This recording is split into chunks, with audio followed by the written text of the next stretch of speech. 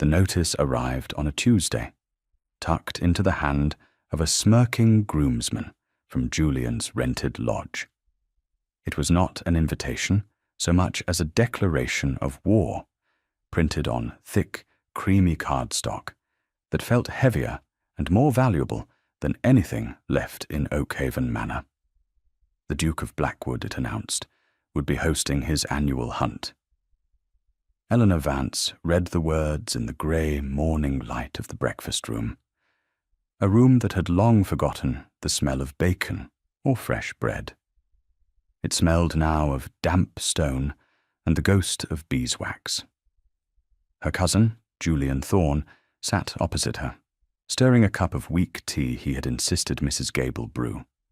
He had been at Oakhaven for a week, a self-imposed visit that felt more like a siege. "A bit of sport," Julian said, his voice slick with false conviviality. "It will be the event of the season in this dreary corner of the world. Of course you shan't be going." It was not a question. It was a statement of fact, as plain and solid as the threadbare patch on the elbow of her grey morning gown. Eleanor placed the card down beside her plate. "And why is that?" Julian gave a theatrical sigh, a performance for an audience of one. "My dear Eleanor, one must have a mount for a hunt, a proper hunter.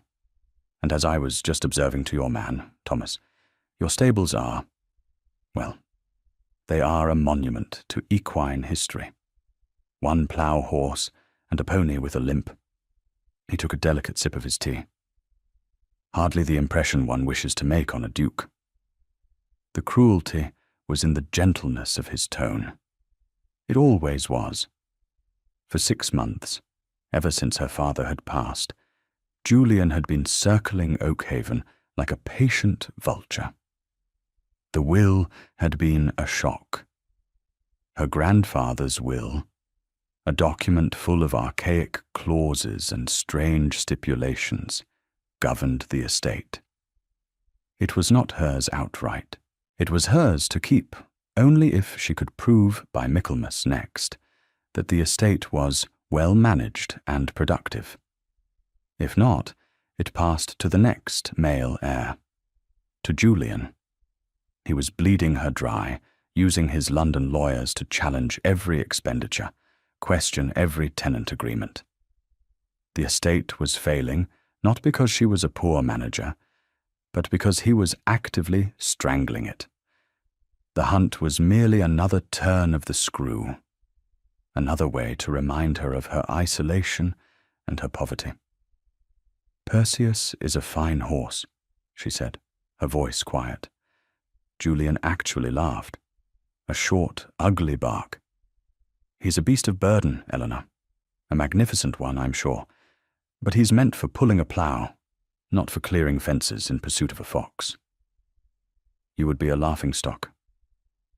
She looked down at her hands, resting in her lap.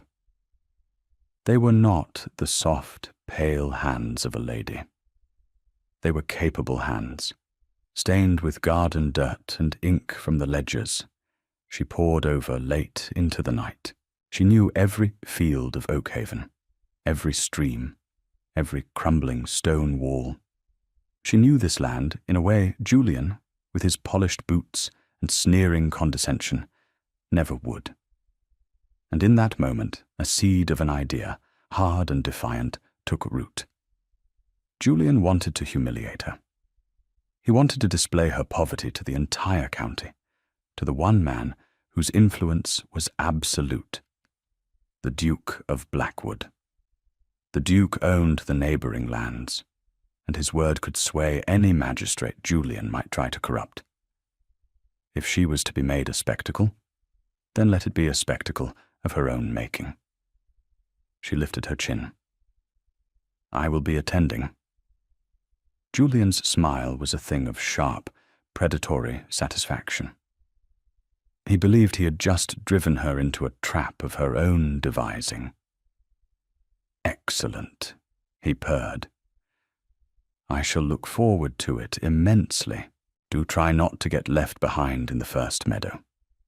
He rose, placed his napkin on the table, and sauntered out, leaving the scent of his expensive cologne to curdle in the damp air.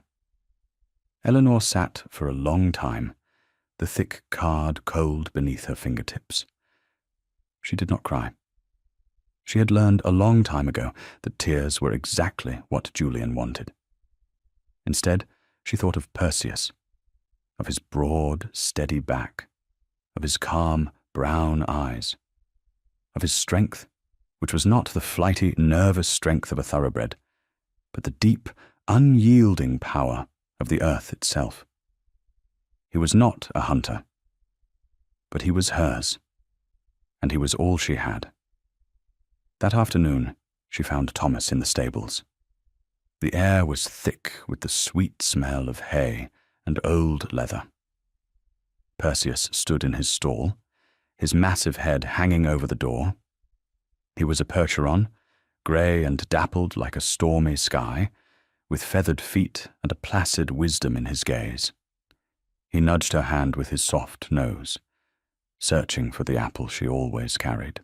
"He wants her to fail, Thomas," she said, her voice low as she stroked the horse's powerful neck. "He wants the entire county to see me fall." Thomas, a man of few words and even fewer illusions, continued to methodically polish a piece of brass from an old harness.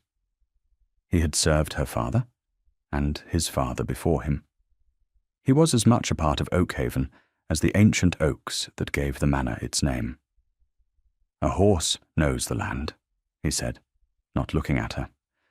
"And a horse knows its rider. That's all there is to it." "The Duke will be there," she murmured. "They say he is formidable." "He's a man on a horse," Thomas replied, setting down the brass. "Same as any other. Some sit taller is all." The preparations were a quiet act of defiance. Eleanor brought out her father's old saddle. It was heavier than a lady's side saddle, and worn, but the leather was supple and strong. Thomas checked every stitch. She spent hours in the paddock with Perseus, not training him to jump. That would be madness, but reacquainting him with the feel of a rider, the subtle shifts in weight, the pressure of a knee. He was intelligent and willing, his gait a rolling, ground-covering trot that felt less like riding and more like being carried by a gentle hill. She worked on her riding habit. It was her mother's, made of a sensible grey wool, refitted for her years ago. The seams were strong, but the colour was faded, the style hopelessly out of date. She mended a small tear near the hem, her stitches small and neat, an invisible repair, a metaphor for her life. The night before the hunt, Julian found her in the study, the ledgers spread out before her under the light of a single candle. "Still wrestling with your sums?" he asked, leaning against the doorframe. "There is an easier way, you know. My man of business has drawn up a most generous offer." "My home is not for sale, Julian." "It is not a home. It is a pile of stones held together by ivy and debt. Tomorrow, everyone will see it. They will see the last desperate daughter of a failed line, tilting at windmills on a cart horse. They will pity you, and then they will forget you." She did not look up from the page. "Good night, Julian." His silence was more menacing than his words. He lingered for a moment, then was gone. Eleanor stared at the flickering flame of the candle. Pity was a weapon. She knew that. And tomorrow she would be handing it to her enemies, loaded and aimed at her own heart. But there was a difference between pity and respect. Pity was given to the weak. Respect was earned by the strong. And if she could not be elegant, or wealthy, or fashionable, then she would be strong. She would endure. The morning of the hunt dawned cold and clear, the sky a pale, unforgiving blue. A hard frost silvered the fields, crunching under Perseus's heavy hooves, as they made their way down the long, rutted drive of Oak Haven. Eleanor sat astride, the man's saddle feeling solid and secure beneath her. She was cold, but her resolve was afire in her belly. The grounds of Blackwood Park were another world, a world of wealth, power, and effortless grace. Dozens of riders were assembled on the vast lawn before the great house, their mounts gleaming like polished chestnuts, their coats the colors of jewels. Laughter and bright chatter filled the air, plumes of breath misting in the cold. As Eleanor rode Perseus onto the lawn, a hush fell. It started near the gate and spread like a ripple in a pond. Conversations faltered. Heads turned. The laughter did not stop, but its quality changed. It became quieter, sharper, aimed. She saw Julian, magnificent on a bay thoroughbred, holding court with a circle of fashionable ladies. He caught her eye and gave a small, almost imperceptible shake of his head, a pantomime of commiseration that was, in fact, pure triumph. Eleanor kept her gaze forward, her back straight. She guided Perseus to the edge of the crowd, taking her place near an old stone wall, apart from the others. She felt the stairs like physical things. A woman on a plow horse. It was absurd, a joke. She knew it, but she would not let them see it break her. Then he appeared. The Duke of Blackwood. He rode out from the stables on a stallion, as black as midnight, a creature of fire and muscle that made every other horse on the lawn look common. The Duke himself was cast in the same mould. Tall and severe, with a face that looked as though it had been carved from granite. Dark hair, eyes the color of a winter storm, and a mouth that looked as if it had never learned to smile. He was power incarnate. His gaze swept across the assembled company, a king surveying his court. It passed over her, then snapped back. For a moment, he simply stared. His eyes took in the whole picture. The faded grey habit, the heavy, sensible horse, the determined set of her jaw. A flicker of disbelief crossed his face. Then something else. Pure, unadulterated amusement. It wasn't a loud laugh. It was a short, sharp bark of sound, quickly suppressed. He turned to the man beside him, murmured something, and the man chuckled. The Duke did not look at her again. He had seen, judged, and dismissed her in the space of a single breath. The sound of his laugh, small as it was, echoed in the sudden silence of Eleanor's mind. It was worse than Julian's open mockery. It was the casual cruelty of a man so far above her that her presence was nothing more than a brief, comical diversion. A stone in his shoe, a fly in his wine. The shame was a hot, prickling wave. She felt her cheeks burn. For one terrible second, she wanted to turn Perseus around and flee, to retreat to the crumbling safety of Oak Haven. But then the huntsman raised a brass horn to his lips. The call, clear and wild, cut through the crisp air. The hounds, held in check by the handlers, began to bay, a chorus of frantic excitement. The horses shifted, their energy electric. The moment of choice was over. The hunt was on. Alistair St. Clair, Duke of Blackwood, felt the familiar surge of adrenaline as his stallion, Heirs, gathered himself for the first gallop. The thunder of hooves, the cry of the hounds, the mad, exhilarating rush across open country. It was one of the few things that could silence the constant, grinding machinery of his thoughts. The responsibilities of the dukedom, the endless correspondence, the political manoeuvring in London, all of it fell away, replaced by the simple, primal chase. He barely gave the woman on the draft horse a second thought. The sight had been so incongruous, so utterly out of place, that the laugh had escaped him before he could check it. It was poor form, he knew, unbecoming of a host. But really, what was the woman thinking? This was the Blackwood hunt, not a country fete. It was a serious and dangerous business. He dismissed her as some eccentric local, a spinster with more pride than sense. She would be left behind before they even reached the first copse. The pack streamed across the frosted meadows, a river of white and tan, their noses to the ground. The field of riders followed, a chaotic cavalcade of colour and sound.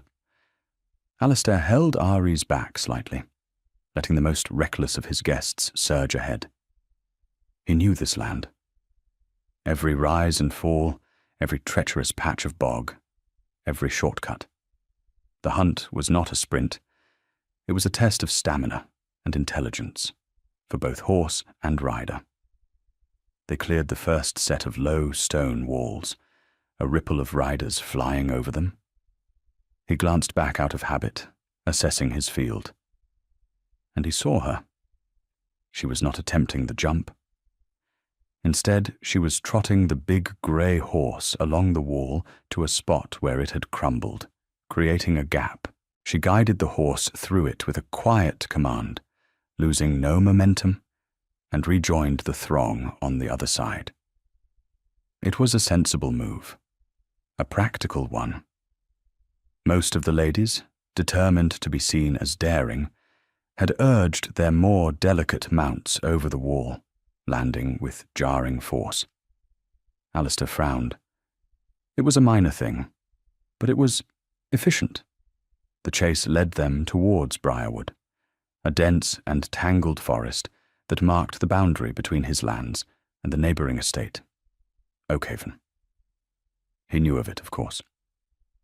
A once proud property that had been sliding into neglect for years, under the mismanagement of the late Mr. Vance. The daughter, he'd heard, was now trying to hold it all together. That must be her. The picture began to make a grim sort of sense. The faded habit, the plough horse. It wasn't eccentricity. It was poverty. The thought soured the taste of the chase in his mouth. His laugh had not been aimed at an eccentric, but at a woman's desperation. The knowledge sat uncomfortably in his gut. Inside the woods, the pace slowed. The path was narrow and treacherous, a lattice of gnarled roots, slick with damp moss. The air grew colder, smelling of earth and decay. The hounds' cries became more sporadic as they worked to pick up the scent. Here, the hot-blooded, flighty thoroughbreds were at a disadvantage. They danced nervously, their delicate legs ill-suited to the uneven ground. Alistair saw Lady Annalise, the season's reigning beauty, pull her mare up short, the animal having stumbled badly. Further on, a young baronet was dismounting to check his horse's leg. And then he saw Miss Vance again. She was moving through the trees on a parallel track, one he knew well but that most riders avoided. It was steeper, but clearer. Her big horse placed its feet with the slow, deliberate confidence of an animal born to navigate difficult terrain. It did not fight the ground. It yielded to it, accommodated it, and the woman on its back moved with it, a part of its steady rhythm. She was not fighting the woods. She was part of them. His curiosity, now piqued, sharpened into something else. Respect. He watched as she came to a place where a great oak had fallen long ago, its trunk blocking the path. It was too high to jump, even for his heirs. The main body of the hunt was forced to detour, adding 1/4 mile to their route. Miss Vance, however, simply dismounted. She did not hesitate. She looped the reins over Perseus's head, and with a soft word, led him through a narrow, difficult gap between the fallen trunk and a thicket of thorns. She moved with an economy of motion he had only ever seen in his most experienced grooms. Then she remounted, smoothly and without fuss, and continued on. By the time the rest of the hunt emerged from the far side of Briarwood, breathless and scratched, she was already there, waiting patiently, her horse's sides barely heaving. Julian Thorne, her cousin Alistair vaguely recalled, rode up beside her, his face flushed. Alistair was too far away to hear the words, but the man's posture was aggressive, leaning in towards her. Miss Vance simply looked ahead, her expression unreadable, and Thorne eventually spurred his horse away in a show of pique. The fox broke cover then, streaking across the open moorland that stretched for miles. The chase was on again, faster and more frantic than before. This was where the thoroughbreds should have shone, on the long, open gallop. But the ground was deceiving. It looked flat, but it was pitted with hidden dips and covered in tough, wiry heather that could trip a horse moving at speed. Alistair let Ares have his head, the powerful stallion devouring the ground. He flew past rider after rider, his eyes fixed on the distant fox. But he was also now intensely aware of the grey horse and its silent rider. She was not trying to match their pace. Instead, she was taking a different line, a long curving arc to the west. He knew that route. It followed the high ground, the firmer ground. It was longer, but safer, and ultimately faster. She understood the land. This was no longer about a woman on a plough horse. This was about a horsewoman of extraordinary skill and intelligence, using the tools she had to their absolute best advantage.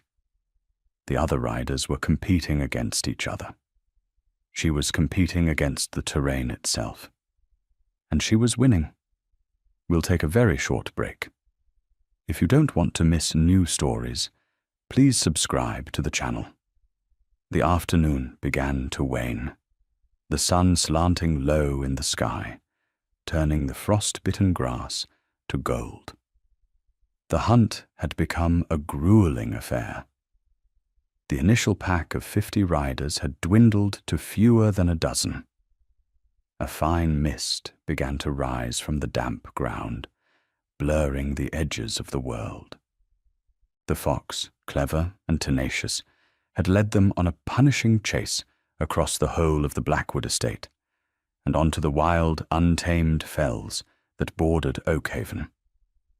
Alistair's own mount was beginning to tire. Ares was still strong, but the relentless pace had taken its toll. He saw Lord Ashworth pull up, his horse lathered in sweat and blowing hard. 2 others followed his example, turning back towards the distant comfort of Blackwood Park. Julian Thorne was still in the hunt, his face a mask of grim determination. He was a decent rider. Alistair had to give him that. But he was pushing his horse too hard, driven by some private fury. Every time he glanced over his shoulder, his eyes went to the steady, implacable figure of his cousin. Miss Vance and her grey horse were still there, always there, not in the lead, but never far behind, an anchor, a constant presence. Perseus's heavy, rhythmic gallop was not fast, but it was tireless. He was built for a full day's work, not a short, sharp burst of speed. The long hunt had become his domain. They came to a swollen stream, the peaty water brown and churning after recent rains. It was wide, and the banks were steep. The hounds plunged in without a thought, but the horses balked. "We'll have to find the old bridge," someone called out. "It's a mile east of here." Alistair was about to agree when he saw Miss Vance ride Perseus right to the edge. The horse didn't hesitate. He lowered his great head, tested the water with a hoof, and then walked in, the water swirling around his powerful shoulders. He moved like a force of nature, unstoppable. Miss Vance sat calmly, her hands steady on the reins as they forged a path to the other side. She did not look back. She did not need to. Alistair swore under his breath, a sound of pure admiration. He urged Ares into the water, following her path. A few of the remaining riders, emboldened, did the same. Julian Thorne was among them, his horse skittish and nervous in the cold water, but he forced it across, his eyes burning with a frustrated fire. On the far side, the land rose steeply towards a ridge of rock and heather. The mist was thickening now, clinging to the ground in damp, grey shrouds. Visibility was shrinking with every passing minute. The huntsman called out that the fox had likely gone to ground. The chase was effectively over. All that was left was the long, weary ride home. It was then that Julian Thorne made his final, foolish move. A high, crumbling stone wall stood between them and the ridge. It was a reckless jump, especially in the fading light, and with a tired horse. But Thorne saw his chance to finally, definitively, leave his cousin behind. He aimed his bay at the wall and spurred it hard. The horse rose, a beautiful, desperate arc against the grey sky, but its back legs caught the top stones. There was a sickening crunch of rock and a cry of alarm. The horse stumbled on landing, throwing Julian from the saddle. He hit the ground hard, and the horse, panicked, bolted into the mist and was gone. 1 second, 2 seconds, 3. The remaining riders stared in shock. It was Eleanor who moved first. She turned Perseus without a word and trotted to where her cousin lay in a heap by the wall. Alistair was only a moment behind her. Julian was alive, but his face was white with pain. He was clutching his ankle, cursing in a low, vicious stream. The blasted horse. My ankle. It's broken. Eleanor dismounted, her movements weary but certain. She knelt beside him. It may be twisted, not broken. Can you put any weight on it? Of course I can't, you fool, he snarled, his vanity obliterated by pain and humiliation. She ignored the insult. Her hands were surprisingly gentle as she examined the injury, her touch firm and knowledgeable. It is swelling badly. You cannot walk on it. She looked around, her gaze piercing the deepening twilight. The tenant farm at Hollowdale is just over that ridge, less than half a mile. They can send for a cart for you. She looked at Alistair, and for the first time she addressed him directly. Her eyes, he saw now, were a clear, intelligent green. Your Grace, if one of your men could help me get him onto my horse, I can lead him to the farm. Alistair was struck dumb for a moment.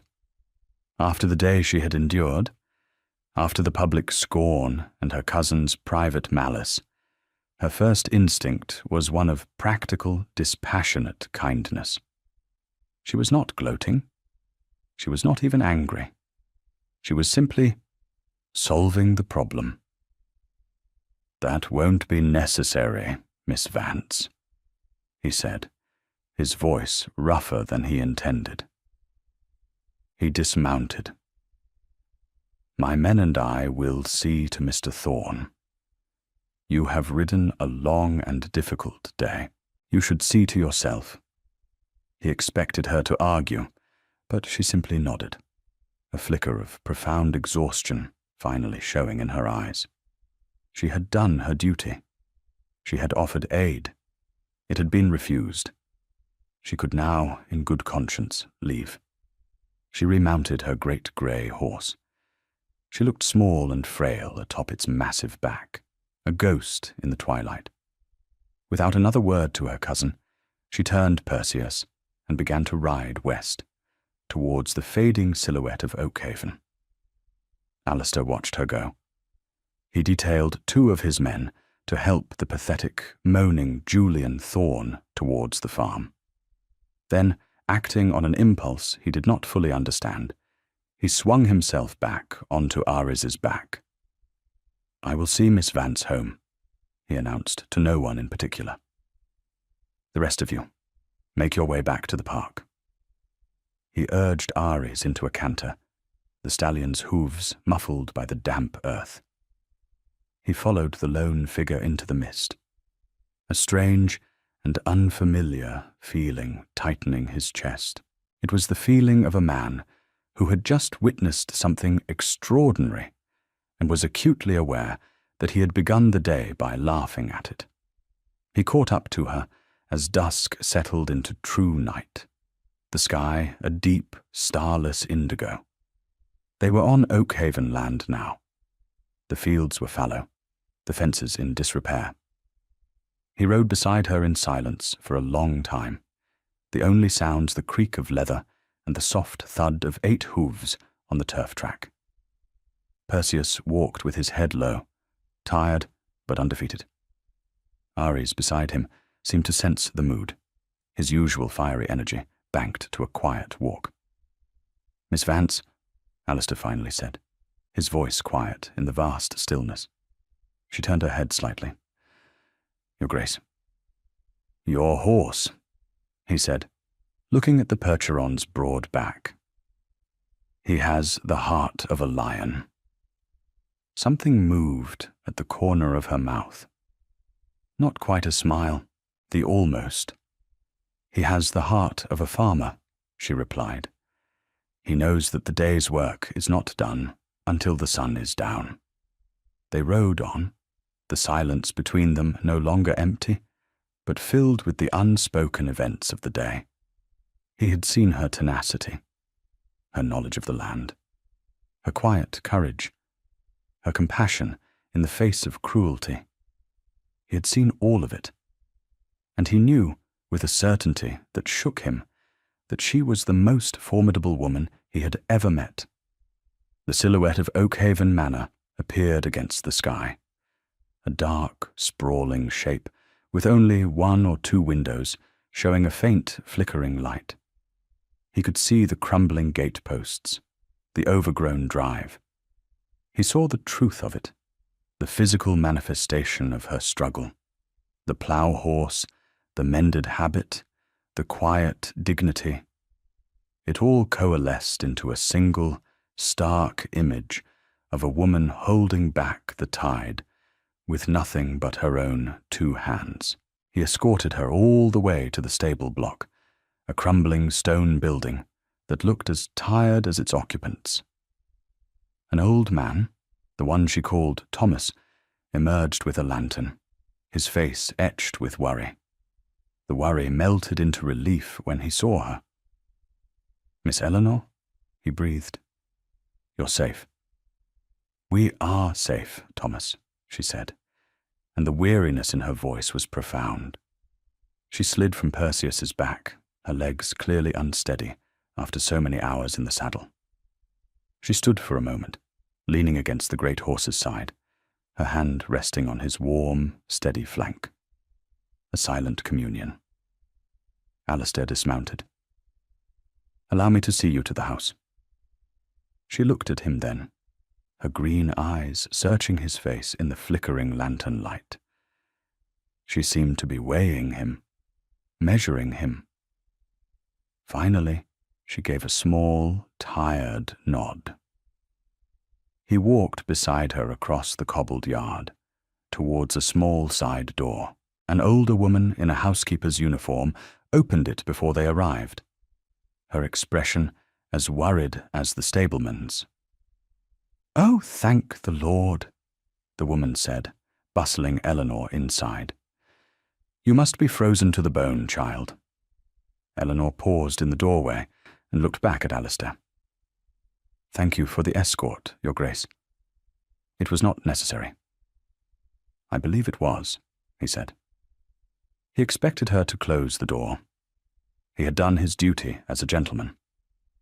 But she hesitated. The housekeeper looked from her to the Duke, a question in her eyes. "Mrs. Gable," Eleanor said, her voice barely a whisper. "Could you find some brandy? For the Duke?"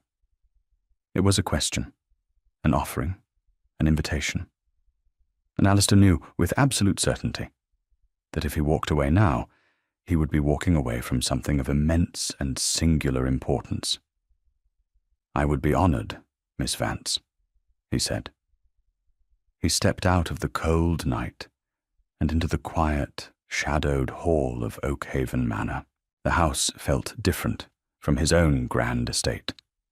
It was not silent with the emptiness of echoing marble halls. It was quiet with the hushed breath of long-held history and present struggle.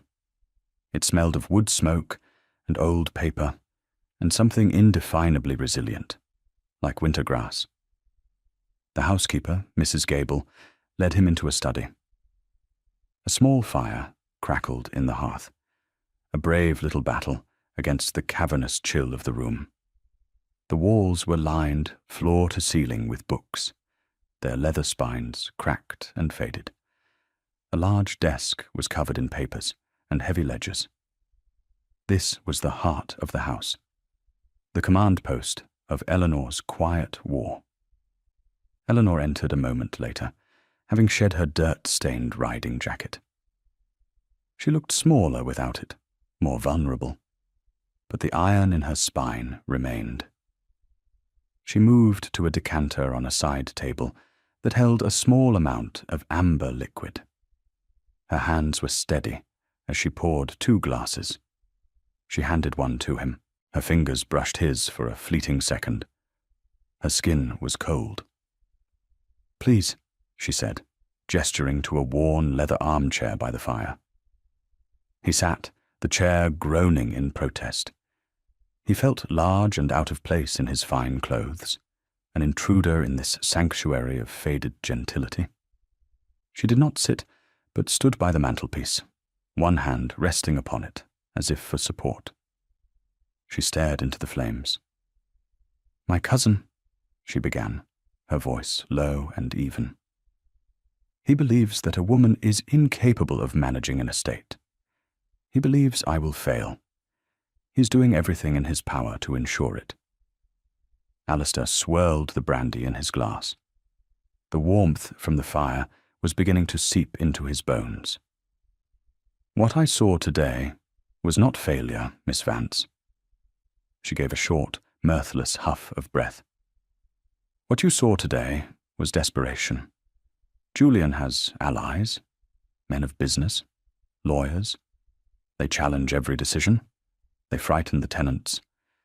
They want to prove neglect. They want to prove Oakhaven is no longer productive, as my grandfather's will stipulates." She finally turned to look at him, her gaze direct, unblinking. The firelight caught in her eyes, turning them the color of moss and gold. "He told me I would be a laughingstock, and I was." Your Grace laughed. It was not an accusation. It was a simple statement of fact, laid bare between them. The memory of it burned in his throat, more potent than the brandy. He met her gaze. He would not lie. He would not prevaricate. She deserved more than that. "Yes," he said, his voice quiet. "I did. And it was an act unworthy of a gentleman, and certainly unworthy of you. For that I offer my sincerest apology." She held his gaze for a long moment, then gave a slow, almost imperceptible nod. She had not expected the apology, he realized. She had only expected the truth. "He is trying to take my home," she said, the words falling into the quiet room like stones into a deep well. "He wants me to become so tired, so impoverished, so utterly defeated that I will sell him my birthright for a pittance before the deadline at Michaelmas. The hunt, I thought if I could just show that I was still part of the county, still here, still fighting, I thought perhaps someone might see." He understood then. The ride on the Plow horse was not an act of folly. It was a flare sent up from a sinking ship, a desperate signal. "I saw Miss Vance," he said, his voice low and intense. "I saw." He rose from the chair and walked to stand before her. He was much taller than her, and he was conscious of the power his physical presence projected. He kept a respectful distance. "Your cousin is a fool," he said, "but he is a dangerous one. This tactic, this war of attrition, is insidious, but it is not unbeatable." A flicker of something, hope, fear, crossed her face. "I have no one to turn to.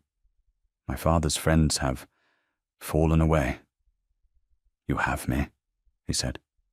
The words were out before he had even consciously formed them. They felt truer than anything he had said all day. "If you will have me." He was the Duke of Blackwood.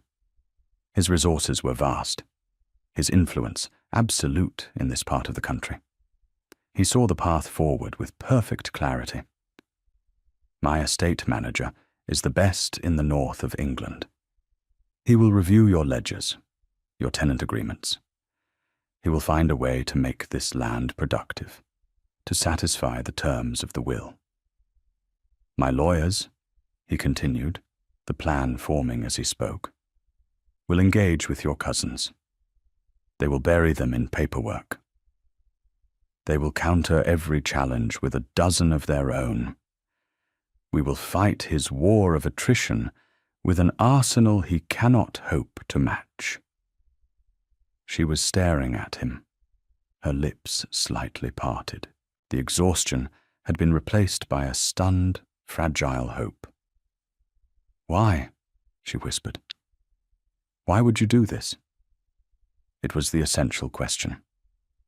He was a man who did nothing without reason, without calculating the advantage. Helping her offered him no material gain. It was a complication, a distraction. He looked at her, at the smudge of dirt on her cheek she had missed, at the quiet strength in her eyes, at the unyielding set of her jaw. He thought of her on the great grey horse, a solitary, defiant figure against the world. "Because," he said, the answer arriving simple and whole, "I do not abide bullies, and because today, on the hunting field, I witnessed a display of courage and horsemanship that I shall not soon forget. Oakhaven is your home, Miss Vance. He will not take it from you." He did not offer her marriage. He did not offer her charity. He offered her an alliance, a partnership. He offered her respect, the one thing she had been denied. Tears welled in her eyes. She did not let them fall. She blinked them back, her throat working. 1 second. 2. I accept your help, Your Grace," she managed, her voice thick with emotion. "And I thank you." He gave a curt nod, feeling a sense of rightness, of purpose, that he had not felt in years. "Good. My man will call on you tomorrow morning." He placed his empty brandy glass on the mantelpiece.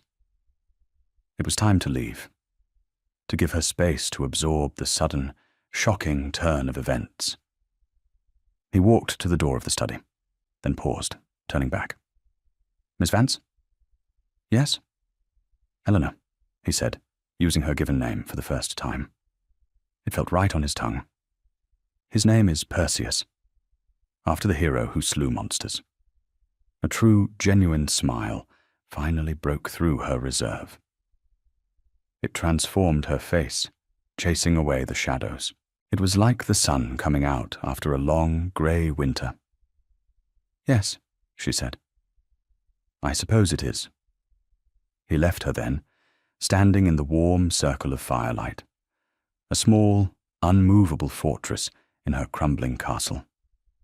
As he rode back through the cold darkness towards the blazing lights of Blackwood Park, Alistair knew that the hunt had not truly ended at dusk. It had only just begun. And this time, he was not the hunter. He was the ally of the woman on the Plow horse, and it was a role he found he was more than willing to play. The next 6 months were a quiet revolution. Alistair's estate manager, a shrewd and practical Scotsman named MacLeod, descended upon Oakhaven like a benevolent storm. He walked every field with Eleanor, listening more than he spoke. He saw not the neglect Julian had engineered, but the potential her father had let lie fallow. He saw the richness of the soil, the strength of the water sources. Working with Eleanor's intimate knowledge of the land, they devised a plan, not for grand, sweeping changes, but for small, intelligent ones. Draining the waterlogged west meadow, planting a hardier strain of wheat in the north fields, leasing the upper pastures to a sheep farmer from the next valley, bringing in immediate revenue. Each move was a small victory, a single stone rebuilt in a crumbling wall. In London, Alistair's lawyers met Julian's with a glacial wall of impenetrable legal might. For every query Julian's men raised, they received 100 pages of documentation in return. For every threat, a polite but ironclad counter-threat. Julian's war of attrition, designed to exhaust a lone woman's limited funds, was now being waged against the bottomless coffers of the Duke of Blackwood. The hunter had become the hunted. Alistair himself became a regular presence at Oakhaven. He would ride over from Blackwood Park in the late afternoons, ostensibly to consult with MacLeod or to review the progress. But soon the pretences fell away. He came to see Eleanor. They would walk the lands together, the conversation shifting from crop rotation and tenant rights to other things. Books, the changing face of the country, their childhoods. He learned that her quietness was not shyness, but a habit of observation. She listened before she spoke. And when she did speak, her words had weight. She learned that his stern demeanor was a shield, forged in a lonely youth to protect a deep sense of duty. He was a man who felt the weight of his title not as a privilege, but as a profound and unending responsibility. One crisp spring afternoon, they stood on a hill overlooking Oakhaven. The west meadow, once a bog, was now green with new grass. The roof of the main house had been repaired, the slates a dark, solid grey against the sky. The house was breathing again. "I received a letter from my solicitor this morning," Alistair said, not looking at her. He watched a kestrel ride the wind over the valley. "Your cousin has withdrawn his challenge to the will. He has accepted a modest settlement to relinquish any future claim." Eleanor stood very still. The wind whipped a strand of dark hair across her face. She did not speak for a long time. The battle was over. She had won. "He's gone, then," she said, her voice soft. "He has returned to London. I do not imagine we shall be troubled by him again." He finally turned to look at her. He had expected elation, triumph. Instead, he saw a profound, bone-deep weariness and a quiet, shimmering relief. The soldier, coming home from the war. "Thank you, Alistair," she said, her voice thick. "You and MacLeod did the work, Eleanor. I merely provided the munitions." She smiled. a real smile that reached her eyes. The munitions were rather essential to the outcome. He found himself smiling back. It felt unfamiliar, but not unpleasant. In her presence, he was not the Duke of Blackwood. He was simply Alistair, a man who had found something he hadn't even known he was looking for. He had sent her a gift a month prior, a beautiful, intelligent Connemara mare, spirited but gentle. She had been touched, but he noticed that she still rode Perseus as often as not. The great grey horse was a reminder of where she had come from, of the battle she had fought and won. He took a step closer. The air between them felt charged. "Oakhaven is safe," he said. "It is yours, unconditionally." "Yes," she whispered. "And what will you do now, Miss Vance?" he asked, his voice dropping lower. "Now that the war is over?" She looked up at him, her green eyes searching his. I had not dared to think that far ahead. "Then allow me to make a suggestion."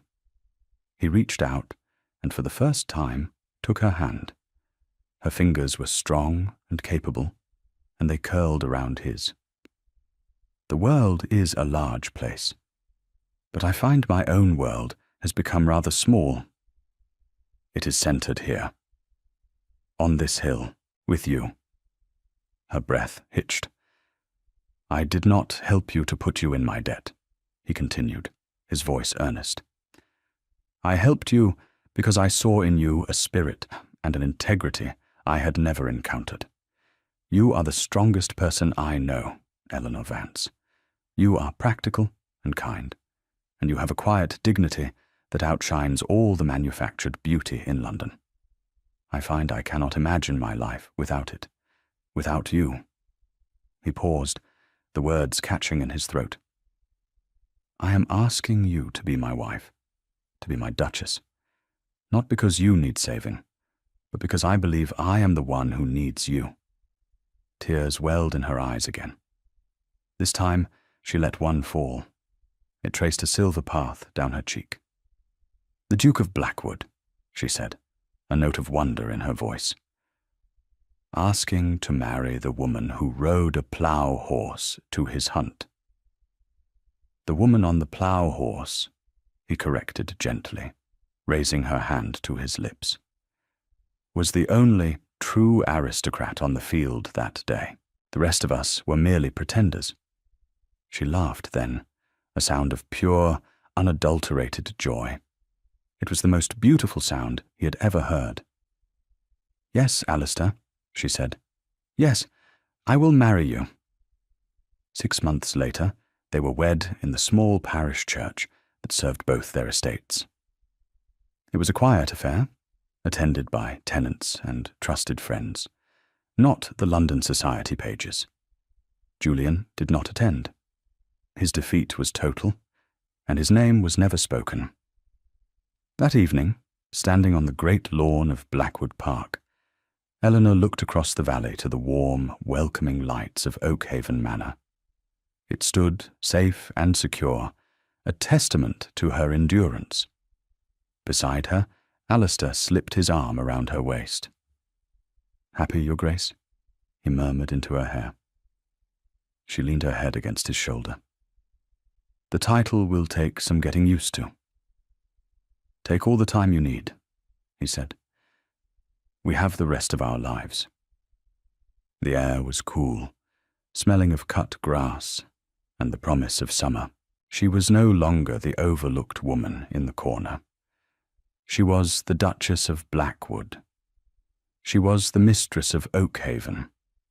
She was a woman who had been laughed at and who had, in the end, won everything. Not through vengeance or cruelty, but through the simple, unyielding strength of her own character. She had been seen, truly and completely, by the one man who mattered, and it had made all the difference. Thank you for listening to the story all the way to the end. Please tell us which city you're watching from, and what the story made you feel. Don't forget to subscribe so you won't miss new stories.